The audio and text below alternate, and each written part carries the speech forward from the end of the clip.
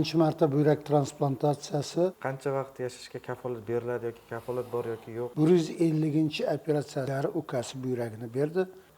Donor bo'lishi mumkin. Og'ir bemorlarni operatsiyaga tayyorlash uchun Ahvol qay darajadagi bemorlarga operatsiyaning foydasi yo'q. elektrolitlari kam, oqsili kam, ular har xil kasalliklarga chalingan bo'lishi mumkin.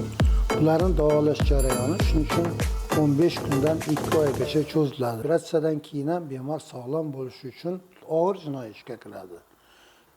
Harakat qilamizki, u ishlardan qochishga. Ochiq aytyapman, chunki bu bo'ladigan gap. Uning uchun bir umr farzandsiz o'tishga muftalomi? O'lgan odam ya'ni donorlik qilsa bo'ladi. Yosh kelinchak tasodif tufayli Suhbatimiz ko'pchilikga foydali bo'ladi deb o'ylayman. Aytib o'tishim mumkin tomoshabinlarimizga, kimda qanaqa savollar bo'lsa, Samarqand viloyat ko'p tarmoq tibbiyot markaziga kelsanglar, Sherali Safar o'zlari kutib oladilar.